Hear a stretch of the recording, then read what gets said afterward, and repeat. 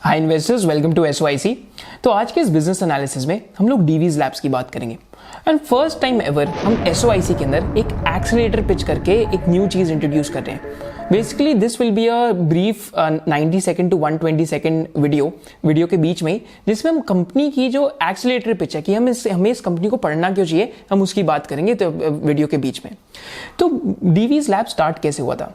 तो Divi's lab basically is a very मतलब promoter has a skin in the game and जो मुरली डीवी है इन्होंने स्टार्ट करी थी एंड मुरली डीवी की लाइफ स्टोरी भी काफ़ी इंटरेस्टिंग रही है। तो बेसिकली ये इन्होंने अपनी जो स्टडीज़ है फार्माकोलॉजी में वो इन्होंने कंप्लीट करी थी तेलंगाना में एक यूनिवर्सिटी थे। कंप्लीट करने के बाद ही went to US and US के अंदर इन्होंने 5 केमिकल जैसी एक कंपनी के अंदर काम करा एंड शुरू से इनका क्या फोकस था कि ये केमिस्ट्री को मास्टर करना चाहते थे। एंड इंडिया में जब ये वापस आए 1970s के अंदर, तो इंडिया में इन्होंने कुछ कंपनीज में जॉब करी, पर 1984 में एक बहुत इंटरेस्टिंग चीज हुई। 1984 में ही met doctor Anjani Reddy and उस टाइम पे डॉक्टर रेड्डीज करके कंपनी सेटअप हो रही थी। तो Murali Divi join the company as a board member and वहाँ पे एक इंटरेस्टिंग चीज़ क्या थी कि डॉक्टर रेड्डीज बेसिकली ऐसी कंपनी सेटअप कर रहे थे जिसमें वो फॉर्मुलेशंस में एंटर करते, माने जो आपकी एंड दवाइयाँ आती है, जो हमें टैबलेट दिखती हैं या जो एंड मेडिसिन है फॉर्मुलेशन, एंड उस टाइम पे एपीआईज में थे एंड साथ साथ कॉन्ट्रैक्ट मैन्युफैक्चरिंग काम भी था जिसका नाम था केमिनोर। बट केमिनोर उस टाइम पे एक बहुत बड़ी लॉस मेकिंग कंपनी थी, तो उसको टर्न अराउंड करने में काफ़ी चैलेंज आ रहा था। तो मुरली डीवी ने उस टाइम पे केमिनोर को टर्न अराउंड करने का चैलेंज लिया, तो वहाँ पे अपनी वो टीम लेके गए एंड उस टाइम पे टीम में उनके जो 3-4 मेंबर्स थे वो भी बहुत उनके साथ ज्वाइन करा, जिसमें से आज एक एसएमएस फार्मास्यूटिकल का भी चेयरमैन है, जो एक इंटरेस्टिंग एपीआई कंपनी है इस टाइम पे, जो 190 करोड़ का कैपेक्स कर रही है। छोटी कंपनी है बट काफ़ी कैपेक्स कर रही है। एंड साथ साथ बाकी भी जो एम्प्लॉयज लेके गए थे, इवेंचुअली उन्होंने जब डीवी सेटअप हुआ था वो ज्वाइन कर ली थी। पर 1989-1990 में क्या हुआ, केमिनोर को उन्होंने सक्सेसफुली टर्न अराउंड कर दिया, माने केमिनोर प्रॉफिटेबल भी होगी क्योंकि उनका फोकस हमेशा केमिस्ट्री पे था। वो जो मैन्युफैक्चरिंग फैसिलिटी है वहाँ पे खड़े होकर देखते थे कि जो यहाँ पे केमिस्ट्री कैसी है, हम इसको इम्प्रूव कैसे कर सकते हैं प्रोसेस को। इस वजह से धीरे धीरे कंपनी टर्न अराउंड। पर 1989 और 1990 के अंदर क्या प्रॉब्लम हुई कि बेसिकली उनके पर्सनल डिफरेंसेस क्रिएट हुए, इट इज अलेज्ड, जो सेकंड जनरेशन है डॉक्टर रेड्डीज के साथ। दिस इज वाई उन्होंने कंपनी छोड़ दी। उस टाइम पे जो उनके बेटे हैं किरण डीवी, उन्होंने उनको एक वो भेजा सजेशन, जो उस टाइम पे हाई स्कूल में थे, कि अगर आप एक्चुअली कॉन्ट्रैक्ट मैन्युफैक्चरिंग के अंदर एंटर करते हो तो जब मेरी एजुकेशन ओवर हो जाएगी तो मैं कॉन्ट्रैक्ट मैन्युफैक्चरिंग में इस बिजनेस के अंदर आके उसको संभालने लग जाऊंगा। तो डीवीज का आज डीएनए क्या है? काफ़ी सारी कंपनीज ये नहीं कर समझ पाती कि Divi's is purely focused on custom synthesis, जो हमने कॉन्ट्रैक्ट मैन्युफैक्चरिंग फार्मास्यूटिकल्स में, माने जो आपके क्लाइंट्स हैं, जो बड़े बड़े क्लाइंट्स हैं, लाइक फाइजर हो गया, आपका मर्क हो गया या जीएसके हो गया, इनके लिए आप कॉन्ट्रैक्ट मैन्युफैक्चरिंग कर रहे हो इनके मॉलिक्यूल्स की, माने वो लोग मॉलिक्यूल इनोवेट करते हैं और आप सिर्फ उनकी कॉन्ट्रैक्ट मैन्युफैक्चरिंग करते हो। एंड सेकेंड, इनका फोकस था सिर्फ एपीआईज पे, कि हम सिर्फ एक्टिव फार्मास्यूटिकल इंग्रेडिएंट बनाएंगे जो बेसिकली एक फॉर्मुलेशन के अंदर या एक मेडिसिन के अंदर जो मेन रोल एक्ट करता है, actually which is the main thing which acts as a therapy. डीवीज को सेटअप करने के लिए इन्होंने अपने डॉक्टर रेड्डीज के जो इनके पास शेयर्स थे एंड केमिनोर के शेयर्स थे, कुछ 7.5 करोड़ के वो सेल करे एंड इन्होंने एक 500 एकर्स की लैंड एक्वायर करी with the help of loan from IDBI bank. तो इन्होंने close to I think 35 crore के आसपास का टोटल जो इनका इन्वेस्टमेंट था वो था। एंड इंटरेस्टिंग चीज़ क्या थी कि शुरू से इनका डीएनए क्या था कि we'll be a partner of choice for the innovator companies and हम लोग फॉर्मुलेशन में एंटर नहीं करेंगे। आज एक एपीआई कंपनीज के पास एक रिस्पॉन्सिबिलिटी क्या होती है कि क्या मैं अपने कस्टमर से compete करूं या ना करूं। तो डीवीज ने बोला कि हम लोग compete नहीं करेंगे, वेराज डॉक्टर रेड्डीज compete कर रहा था। तो ये इनकी शुरू से ही फिलॉसफी रही है इस कंपनी की। एंड साथ साथ जब इन्होंने एपीआई एंटर करे तो एक बहुत इंटरेस्टिंग चीज़ हुई कि एक्चुअली में फर्स्ट तो ये कॉन्ट्रैक्ट मैन्युफैक्चरिंग के लिए डिफरेंट कंपनीज पास जाते थे, बट कोई भी इनको अप्रूवल नहीं दे रहे थे या कॉन्ट्रैक्ट्स नहीं दे रहे थे, क्योंकि 1990s में जस्ट इमेजिन इंडिया में फार्मास्यूटिकल का जो इंडस्ट्री था इतना ज़्यादा डेवलप्ड नहीं था। एंड साथ साथ से इंडिया उस टाइम पे ट्रिप्स का सिग्नेटरी नहीं था, जो बाद में इंडिया बन भी गया 1990s में। ट्रिप्स बेसिकली एक इंटेलेक्चुअल प्रोटेक्शन राइट्स का एक अग्रीमेंट होता है। तो उस टाइम पे इन्होंने क्या करा कि क्योंकि ये केमिनोर में काम करते थे and he had a very good handle over chemistry, तो उस टाइम पे इन्होंने एक प्रोडक्ट एंटर करा बाय द नेम ऑफ नेप्रोक्सीन। नेप्रोक्सीन कुछ नहीं है, बस इसको समझिए कि एक एपीआई है जो आर्थराइटिस के ट्रीटमेंट में यूज होता है। एंड डीवीज ने जब ये एंटर करा तो उस टाइम पे वहां पे 22 कंपेटिटर्स थे डीवीज के इस प्रोडक्ट के अंदर। लॉन्जा जैसे कंपेटिटर्स थे, यहाँ तक जो DSM है वो भी इनके कंपेटिटर था नेप्रॉक्सीन में। पर डीवीज के पास एक कंपेटिटिव एडवांटेज थी। क्या कंपेटिटिव एडवांटेज थी कि जो इनका प्रोसेस था बनाने का वो कैटलिस्ट के थ्रू नहीं था, वो एक एंजाइम के थ्रू बनता था। तो माने ग्रीनर केमिस्ट्री थी, अगर आप इतना समझना चाहें। एंड ये जो ग्रीनर केमिस्ट्री थी, इसका कॉस्ट ऑफ प्रोडक्शन काफी लोअर था as compare to their competitors. तो इस वजह से धीरे धीरे डीवीज ने यहाँ पे मार्केट शेयर कैप्चर करना स्टार्ट करा। एंड इस वजह से मैं कहता हूँ हमें कॉन्सेंट्रेटेड प्रॉफिट पूल्स बहुत पसंद है। आज डीवीज के पास 70% मार्केट शेयर है नेप्रॉक्सीन के अंदर। तो that just shows the focus of the company. And इसके बाद मिड 1990s में इनको फर्स्ट कॉन्ट्रैक्ट मिला क्रैम्स का, माने CSM बिजनेस का, कॉन्ट्रैक्ट मैन्युफैक्चरिंग का, from a innovator bye the name of GSK। तो $2 मिलियन का कॉन्ट्रैक्ट था। एंड वहां से इस कंपनी की जो बर्थ स्टोरी थी वहीं से स्टार्ट हुई। इसके बाद जो आज हम डीवीज देखते हैं, इसके अंदर हमारे पास 3 बिजनेस सेगमेंट्स हैं, एक एक करके इन सब की बात करते हैं। यहाँ पे जो 3 बिजनेस सेगमेंट्स हैं, पहला बिजनेस सेगमेंट है जेनेरिक APIs का, सेकंड बिजनेस सेगमेंट है कस्टम सिंथेसिस मैन्युफैक्चरिंग का, एंड थर्ड बिजनेस सेगमेंट है न्यूट्रिस्यूटिकल्स का। तो जो इनका जेनेरिक APIs का बिजनेस सेगमेंट है वो आज सेल्स में समवेयर क्लोज टू 51% कंट्रीब्यूट करता है FY20 में। कस्टम सिंथेसिस का सेगमेंट 41%, बट FY21 के जो Q1 FY22 में और द मैनेजमेंट ने बोला कि दोनों का कंट्रीब्यूशन 50-50 के आसपास है, मतलब इन टर्म्स ऑफ मिक्स। एंड जो न्यूट्रिस्यूटिकल सेगमेंट है वो 8% कंट्रीब्यूट करता है बाय FY20।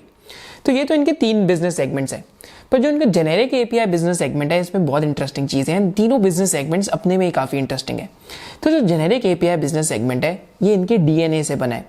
माने जो जेनेरिक API बिजनेस सेगमेंट है बेसिकली जो ड्रग्स या जो फॉर्मुलेशंस ऑफ पेटेंट जा चुके हैं उनके लिए जो APIs बनते हैं डीवीज वो बनाते हैं, दैट इज जेनेरिक APIs, क्योंकि वो कॉपी कैट ड्रग्स हैं। पर यहाँ पे एक इंटरेस्टिंग चीज़ क्या है कि डीवीज की शुरू से क्या स्ट्रैटेजी रही है। मैंने आपको डीवीज का DNA बताया कि केमिस्ट्री पे कंट्रोल चाहिए, कॉस्ट पे कंट्रोल चाहिए। तो एक्चुअली में सिंस द बिगिनिंग इटसेल्फ, तो यहाँ पे डीवीज बार बार एक चीज़ हमें बता, मतलब जब अगर मुरली डीवी का 3-4 इंटरव्यू से ज़्यादा नहीं है तो हमें बार बार एक ये चीज़ बताते हैं कि हम लोग शुरू से ही बहुत फोकस्ड रहे हैं। हम लोग कम प्रोडक्ट्स लेंगे and we believe in doing more with less. हम ज़्यादा करेंगे बट कम के साथ। तो आज इतनी सारी API कंपनीज में से डीवीज में क्या एक इंटरेस्टिंग चीज़ है कि इनके पास सिर्फ 30 प्रोडक्ट्स ही APIs में। वेराज अगर हम बाकी API कंपनीज देखें, जैसे अगर मैं उसकी बात करता हूँ सोलारा की, तो वो 100 DMF फाइल कर रहे हैं। अगर हम सासा लॉरस की बात करते हैं तो 60 प्रोडक्ट्स के आसपास फाइल कर रहे हैं, राइट। यहाँ तक अगर हम न्यूलैंड की भी बात करें, so they also have a very wide bouquet of products. पर डीवी क्या कहता है, we'll do more with less. तो सिर्फ 30 प्रोडक्ट्स हैं, 10 मोर कमर्शलाइज हो रहे हैं।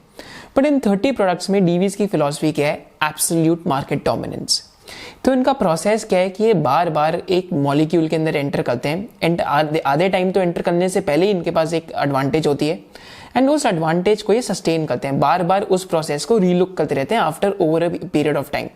तो आउट ऑफ दीज 30 प्रोडक्ट्स, यहाँ पे जो इनके 3 बहुत कॉमन प्रोडक्ट्स हैं, या जो 3 जिसमें इनका बहुत मार्केट शेयर है, तो पहला is by the name of naproxen, जिसमें इनका मोर देन 50% मार्केट शेयर है, जो हमने बात करी। Second is by the name of dextromethorphan. So basically ये एक प्रोडक्ट है जो as a cough suppressant use होता है। एंड फिर एक प्रोडक्ट है गाबापेंटिन। गाबापेंटिन में भी इनका मोर देन 50% मार्केट शेयर है। गाबापेंटिन बेसिकली जो एपिलेप्सी या फिर जो नर्व पेन होती है इसके लिए इसके ट्रीटमेंट के लिए यूज होता है। और भी अगर आप यहाँ पे इनके प्रोडक्ट्स देखोगे, so they have different products and again these products are commercialised APIs। And इनमें से 10 प्रोडक्ट्स के अंदर डीवीज का जो मार्केट शेयर है वो मोर देन 50% के आसपास है। कुछ में 70-80% है, कुछ में 20-30% के आसपास है, क्योंकि ये फुल्ली बैकवर्ड इंटीग्रेटेड है। माने इंटरमीडिएट्स ये खुद ही बनाते हैं। जो अगर हम API की वैल्यू चेन देखते हैं तो एक होता है की स्टार्टिंग मटेरियल, उसके बाद की स्टार्टिंग मटेरियल के साथ इंटरमीडिएट्स आते हैं, फिर इंटरमीडिएट्स के बाद API आते हैं। तो ये जो प्रोसेस या वैल्यू चेन है इसको अंडर इन वन हाउस ही रखते हैं। तो पूरा बिल्डिंग ब्लॉक API का ये खुद ही बनाते हैं, माने ये बैकवर्ड्स इंटीग्रेटेड है। वेराज बाकी API कंपनीज इंटरमीडिएट्स बाहर से सोर्स करती हैं, जिसकी वजह से उनके जो मार्जिन है वो थोड़े से वॉलेटाइल रहते हैं। तो ये तो इनका जेनेरिक API बिजनेस है। यहाँ पे जो नेप्रॉक्सीन है जो बेसिकली आर्थराइटिस के लिए यूज होता है, तो यहाँ पे इनका बेसिकली जो मार्केट शेयर या कॉन्सेंट्रेशन है सेल्स में, तो आज FY20 में क्लोज टू 18% के आसपास है और FY21 में क्लोज टू 16-17% के आसपास जो इनकी सेल्स है नेप्रॉक्सीन से आती है। तो अगेन काफी ज्यादा यहाँ से प्रॉफिट पूल इनका आता है, क्योंकि काफी पुराना मॉलिक्यूल है।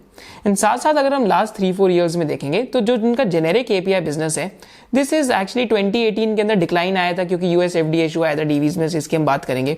FY19 में 25% ग्रोथ आई, FY20 में 13 to 14% ग्रोथ आई, देन अगेन FY21 के अंदर मोर देन 15-20% ग्रोथ आई है। So this is the generic API business of Divi's and यहाँ पे एक बहुत इंटरेस्टिंग ऑप्शनैलिटी है जिसकी मैं ग्रोथ इंजन में बात करूंगा। डीवीज के बाद जो इनका जो अगला सेगमेंट है that is of custom synthesis manufacturing. यहाँ पे अब इतनी ज्यादा इंफॉर्मेशन अवेलेबल नहीं है क्योंकि सब कुछ कॉन्फिडेंशियलिटी से हिडन है। तो यहाँ पे क्या इंटरेस्टिंग चीज रहती है कि according to their annual report and जितनी भी इंफॉर्मेशन है उसके अकॉर्डिंग टॉप 10 जो फार्मास्यूटिकल कंपनीज हैं, जो बिग फार्मा कहते हैं, उसमें से 6 कंपनीज ऑलरेडी इनकी क्लाइंट्स हैं। एंड टॉप 20 बिग फार्मा में से, या जो दुनिया की सबसे बड़ी जो टॉप 20 बिग फार्मा कंपनीज है उसमें से 12 कंपनीज इनकी ऑलरेडी क्लाइंट्स हैं। एंड यहाँ पे अगर हम एक चीज देखते हैं कि इस बिजनेस में इनका अगर हम जो सेल्स ग्रोथ देखते हैं तो सेल्स ग्रोथ यहाँ पे इनकी ऑलमोस्ट लास्ट 4-5 ईयर्स में कंसिस्टेंटली 15 to 20% के आसपास तो चली रही है। इस बिजनेस के अंदर ये जो अगर आपको समझना है इस बिजनेस को अच्छे से तो आप हमारी सिंजीन की भी वीडियो देख सकते हैं। तो यहाँ पे फेज 2 और फेज 3 के जो इंटरमीडिएट्स हैं ये बेसिकली वो बनाते हैं, इंटरमीडिएट्स एपीआई से पहले आते हैं। एंड इस बिजनेस में अकॉर्डिंग टू मी इनका जो ईबिटा मार्जिन होगा वो समवेयर क्लोज टू 50 to 55% होगा, जितना सुवेन के आसपास है। सुवेन का आई थिंक सुवेन से भी ज्यादा हो सकता है डीवीज का। वेरा जो इनका जेनेरिक एपीआई बिजनेस है इनके अंदर इनके ईबिटा मार्जिन 30 to 33% के बीच के आसपास होंगे। तो ये तो इनके 2 बिजनेस सेगमेंट्स हैं। थर्ड इनका जो बिजनेस सेगमेंट्स है वो है न्यूट्रास्यूटिकल्स का। तो इनका जो न्यूट्रास्यूटिकल है बेसिकली एक प्रोडक्ट सेगमेंट है जो फूड में यूज होता है, एज अ सप्लीमेंट भी यूज होता है, यहाँ तक एज अ डाइटरी फीड भी यूज होता है। तो बेसिकली यहाँ पे जो ह्यूमन न्यूट्रिशन है इसके लिए भी यूज होता है एंड एनिमल फीड का भी पार्ट है। तो जैसे अगर सपोज अगर कोई जो काउ का फूड है उसके अंदर कोई आप ऐसा फीड एडिटिव डाल दें जिससे काउ की ग्रोथ बेटर हो सकती है, जिससे काउ की जो डाइजेशन है वो बेटर हो सकती है, तो this is an example of a animal feed additive, या तो इसको हम न्यूट्रास्यूटिकल के अंदर भी कह सकते हैं।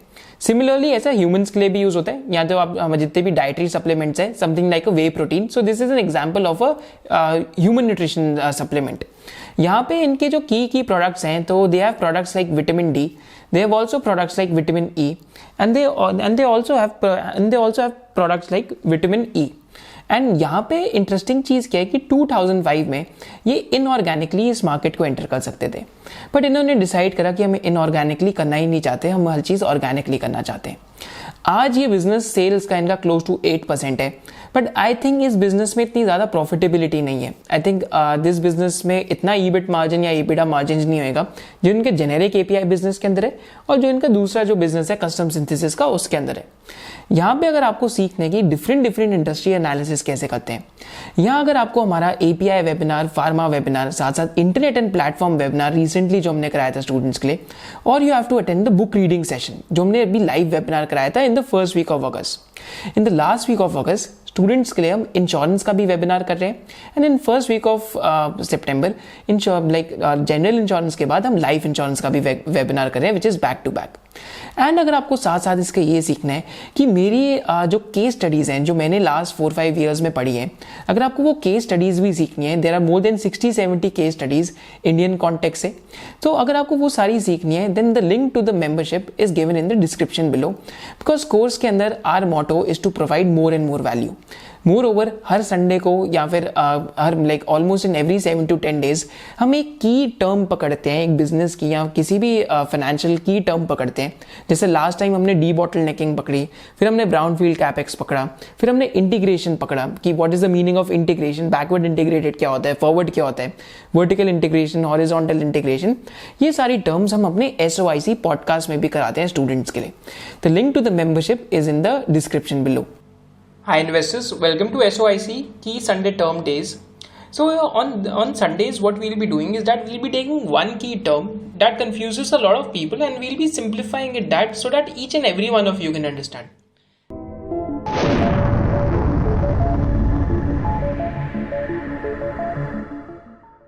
Coming to the elevator pitch of Divi's, तो एलिवेटर पिच बेसिकली यहाँ पे कंपेटिटिव एडवांटेज क्या है, तो यहाँ पे कंपेटिटिव एडवांटेज है कैच 22 सिचुएशन की, क्योंकि डीवीज सबसे ज्यादा लार्जेस्ट यहाँ पे इनका मार्केट शेयर है इन देयर की मॉलिक्यूल्स या की एपीआईज में, इस वजह से यहाँ पे डीवीज करता है बैच प्रोडक्शन। बैच प्रोडक्शन क्या होती है? कैंपेन बेस्ड प्रोडक्शन एपीआईज के अंदर, कि आप एक कैंपेन के अंदर ही प्रोडक्ट्स प्रोड्यूस कर लेते हैं।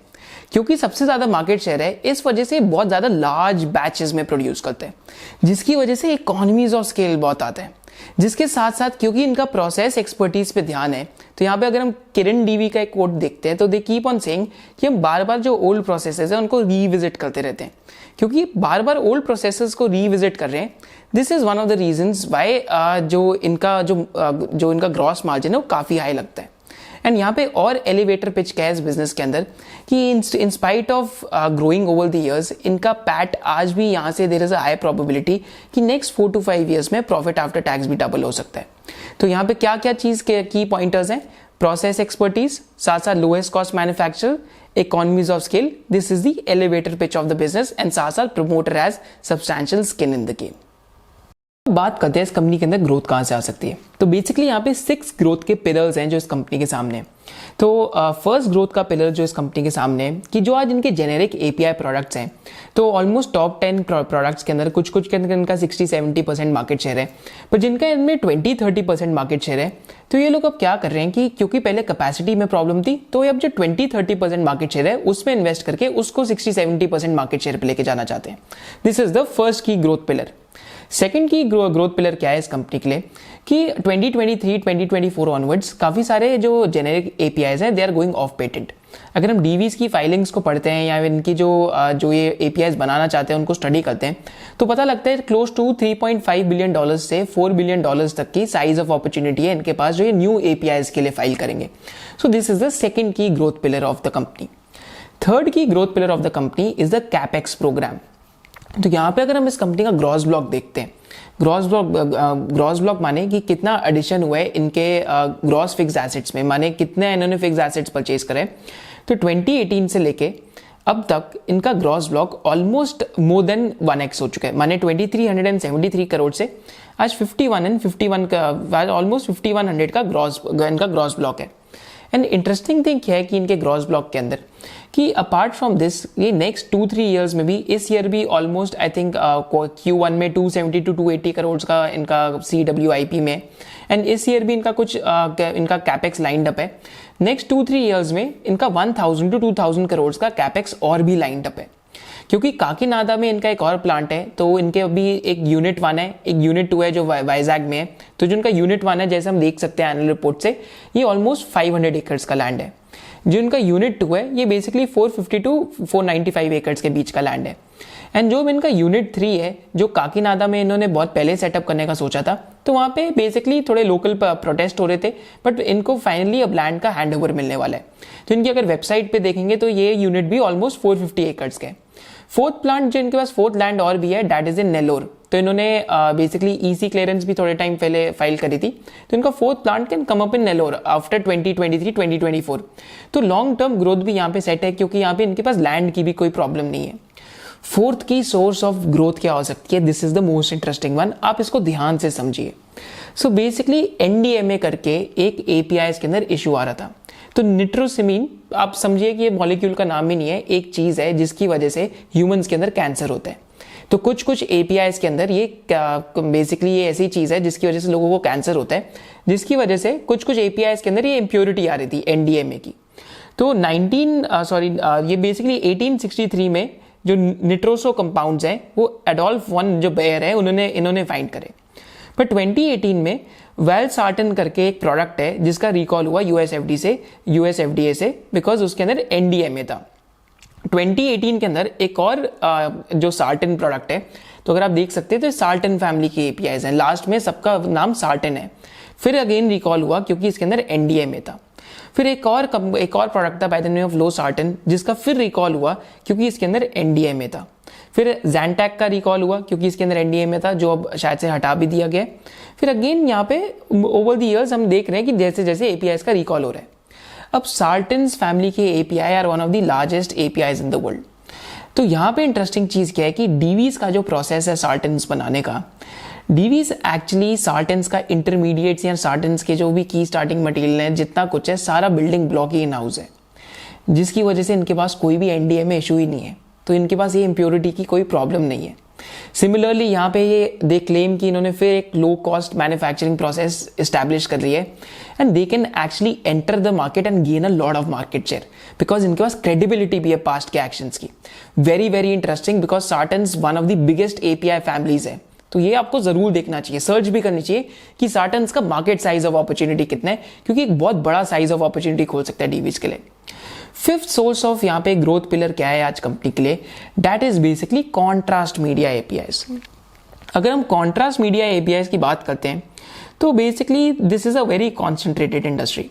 तो यहाँ पे जो कॉन्ट्रास्ट मीडिया के लिए सप्लाई बेस है बेसिकली आयोडीन बेस्ड है एंड 90% इनके जो सप्लायर्स हैं इंडिया के अंदर है and like so 90% of the जो सप्लायर्स हैं इनके इंडिया के अंदर है या चाइना के अंदर है।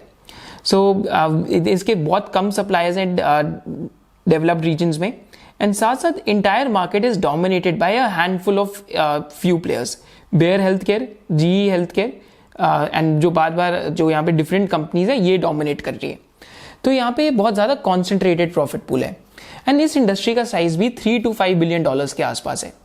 तो यहाँ पे एक इंटरेस्टिंग चीज़ क्या हो रही है कि डीवीज यहाँ पे कस्टम सिंथेसिस मैन्युफैक्चरिंग करने वाला है एक इनोवेटर के लिए, माने कॉन्ट्रैक्ट मैन्युफैक्चरिंग भी करने वाला है, साथ साथ इनके जो जेनेरिक एपीआईज है वो भी लाइंड अप है।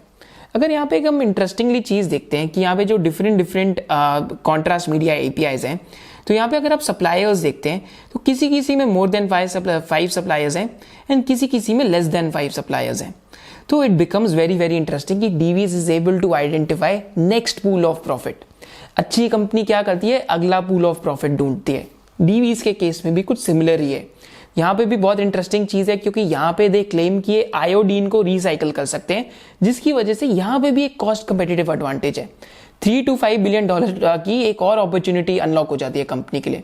I think one of the truly that sort of company जो कैश फ्लो को लेके हर जगह ऐसी जगह एंटर करेगी जहां पे अगेन वो कैश फ्लोस को स्केल कर पाएगी। इस वजह से मल्टीपल में भी कभी कभी रिफ्लेक्ट करते हैं। 6 की सोर्स ऑफ ग्रोथ पिलर क्या है इस कंपनी का कि इनको 2 लॉन्ग टर्म कॉन्ट्रैक्ट बेसिकली मिलने वाले हैं फॉर कस्टम सिंथेसिस, जिसकी वजह से इन्होंने 600 करोड़ का कस्टम सिंथेसिस के अंदर एक फास्ट ट्रैक कैपेक्स भी अनाउंस करा है। So I think this is also very key interesting source of growth. तो ये जो 6 की पिलर्स ऑफ ग्रोथ हैं ये कॉन्फ्रेंस कॉल में इन्होंने 16th मिनट पे बात करी थी। तो ये हमने आपके लिए डिस्क्रिप्शन में इसका कॉन्फ्रेंस कॉल का टाइम स्टैम्प के साथ भी डाल दिए ताकि आप भी इनको पढ़ पाए। Now comparing Laurus with Divi's, तो लॉरस भी एक बहुत अच्छी कंपनी है, डीवीज भी एक बहुत अच्छी कंपनी है। लॉरस की स्ट्रैटेजी थोड़ी सी डीवीज से अलग है, डीवीज की स्ट्रैटेजी यूनिकली अलग ही है। तो डीवीज का जो ग्रॉस मार्जिन है 67-68% के आसपास है। लास्ट 2 क्वार्टर से हम देख सकते हैं ग्रॉस मार्जिन में एक्सपेंशन हो रहा है। साथ साथ अगर हम डीवीज का ईबिटा मार्जिन देखते हैं तो ईबिटा मार्जिन डीवीज का 41 to 42% के आसपास है, which I think is the industry best. I think इस क्वार्टर में 43% का ईबिटा मार्जिन आया है। वेराज अगर हम लॉरस का ईबिटा मार्जिन देखते हैं तो लॉरस का ईबिटा मार्जिन 30 to 33% के बीच में है। कभी कभी 33 चले जाता है, फिर कभी प्री ऑपरेटिंग एक्सपेंसेस आते हैं तो 32-31% पे आ जाता है। पर स्ट्रैटेजी में क्या डिफरेंस है कि लॉरस अभी 1700 करोड़ का कैपेक्स कर रहे हैं एंड स्ट्रैटेजी में एक डिफरेंस है कि Laurus wants to be a vertically integrated formulation company, whereas Divi's हमेशा pure API and pure synthesis में रहना चाहते हैं। पर लॉरस का जो ऑलमोस्ट 35% ऑफ रेवेन्यूज है वो फॉर्मुलेशन से आ रहे हैं and 38% of the revenues Laurus के एपीआई बिजनेस से आते हैं, that is the antiviral API business and 12% revenue इस टाइम पे सिर्फ कस्टम सिंथेसिस से आ रहा है। बायो तो रिसेंटली स्टार्ट हुआ है तो अभी नेग्लिजिबल के आसपास है। तो की डिफरेंसेस इन स्ट्रैटेजी क्या है यहाँ पे कि डीवीज क्योंकि शुरू से pure API and pure custom synthesis रहे, इस वजह से डीवीज की जो आज हम टॉप लाइन देखते हैं इसको लाने में काफ़ी साल लग गए। आई थिंक आज डीवीज का अगर if you just look at the top line तो डीवीज का जो टॉप लाइन 7200 करोड़ के आसपास है, जो लास्ट डेकेड में 900 करोड़ से 7200 करोड़ के आसपास आया है। वेराज अगर हम लॉरस की टॉप लाइन देखते हैं तो लॉरस की top line almost last decade में ऑलमोस्ट लास्ट 6 ईयर्स में 1160 करोड़ से आज 5200 करोड़ के आसपास होगी, ऑलमोस्ट 5100 करोड़ की, जो नेक्स्ट 2 ईयर्स में दे आर गाइडिंग की 7300 to 7400 करोड़ की हो जाएगी। तो कभी भी अगर आपको लगे कोई कंपनी इतना फास्ट ग्रो कर रही है, डीवीज एंड लॉरस का बहुत कंपैरिजन हो रहा है, तो one of the reasons is क्योंकि डीवीज हमेशा से एपीआई एंड कस्टम सिंथेसिस में स्टिक करे, फॉर्मुलेशन में फॉरवर्ड इंटीग्रेट करके लॉरस की ग्रोथ काफी फास्ट हो गई है। पर यहाँ पे एक और डिफरेंस क्या है, क्योंकि डीवीज कभी फॉर्मुलेशन एंटर नहीं करना चाहता तो यहाँ लॉरस के अंदर एक रिस्क भी है, कि 3-4 ईयर्स डाउन द लाइन जब लॉरस और भी रेगुलेटेड मार्केट सेंटर करता है, फर्स्ट टू फाइल अपॉर्चुनिटी करता है, पैरा 4 अपॉर्चुनिटीज के अंदर जाता है, यूएस के अंदर, कनाडा के अंदर, तो basically it can and up looking more like a generics company, जो आज हमें बेसिकली लिस्टेड फार्मा कंपनीज दिखती हैं लाइक डॉक्टर रेड्डीज, तो ये बेसिकली जेनेरिक कंपनीज हैं। फिर लॉरस का एक कस्टम सिंथेसिस का बिजनेस है सीडीएमओ का, एंड जो एक उनका एक और सीडीएमओ है बायो का।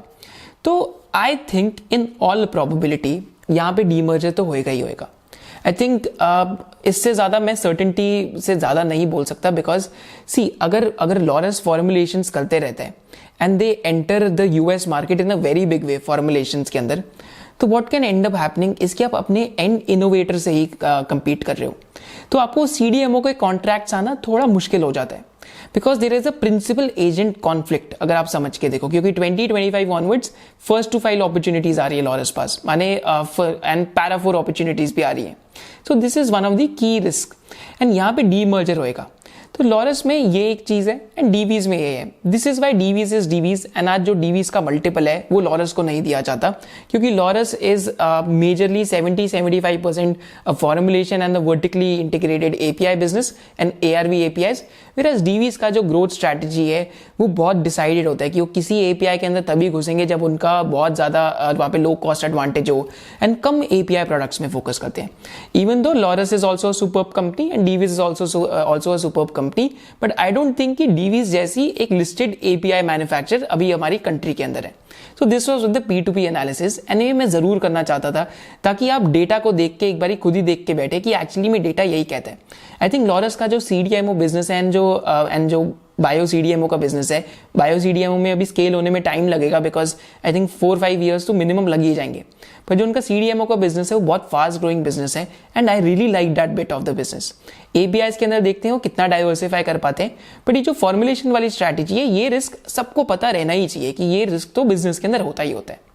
With this, we come to the risk in the business of DVs. तो पहला रिस्क क्या है बिजनेस में? Product concentration risk. जैसे हमने बात करी 47-48% सेल्स टॉप 5 प्रोडक्ट से आती हैं, तो एक सोर्स ऑफ रिस्क है कि आज जैसे एनडीए में इशू आ गया किसी एपीआई के अंदर एंड उसमें से एक एपीआई निकल गया, सपोज करते हैं किसी एपीआई के अंदर आ गया जो 6-7% ऑफ द सेल्स था, तो सेल्स पे एक हिट आ सकता है। सेकेंड यहाँ पे रिस्क क्या है? यूएस एफडीए का। तो यूएस एफडीए एक्चुअली रिस्क नहीं है मेरे हिसाब से, यूएस एफडीए एक अच्छी चीज़ है। अदरवाइज जैसे अनसीन वैल्यू जो ट्विटर के हैं, ही कीप्स ऑन सेइंग कि अगर यूएस एफडीए ना हो तो पता नहीं आपको क्या खिला देंगे, राइट? बिकॉज रेगुलेशन होना ज़रूरी है।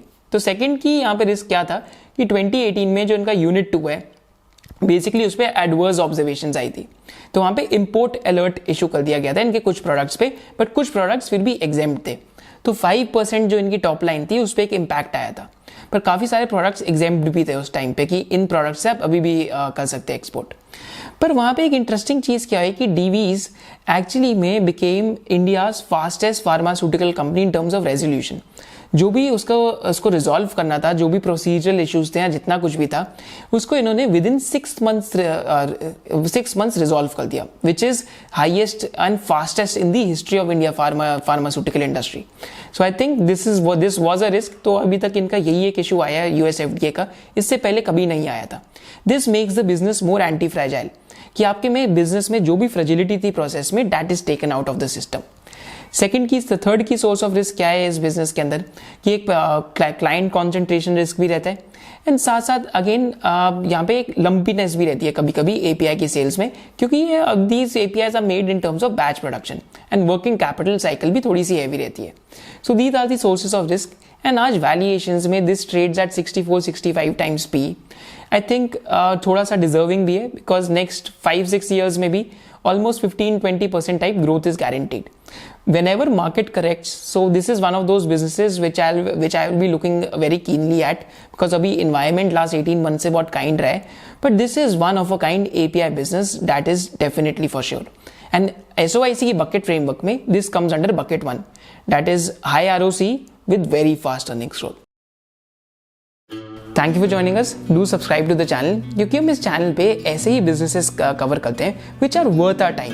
अगर हमें लगता है it is worth our time, तो आई थिंक आपके भी टाइम के लिए वो वर्थ इट हो ही सकते हैं, क्योंकि डिफरेंट बिजनेसेस कवर करने में काफ़ी मेहनत लगती है। एंड इस मेहनत को करने में मज़ा भी बहुत आता है, क्योंकि लगता है कि हम सोसाइटी में कोई वैल्यू ऐड कर रहे हैं। एटलीस्ट हम रिटेल इन्वेस्टर्स को एजुकेट कर रहे हैं फर्स्ट टाइम इंडिया में कि बिजनेसेस एक्चुअली में अगर आप स्टॉक देखते हैं तो actually it is the piece of a business. And इस बार जो एक्सेलेरेटर पिच का आइडिया था वो एक वंडरफुल आइडिया था जो SOIC मेंबर्स के डिस्कशन फोरम से आया। Thank you for joining us. Hope to see you in the next business analysis of SOIC। जय Hind. So many days is yet to come. Too many times has come to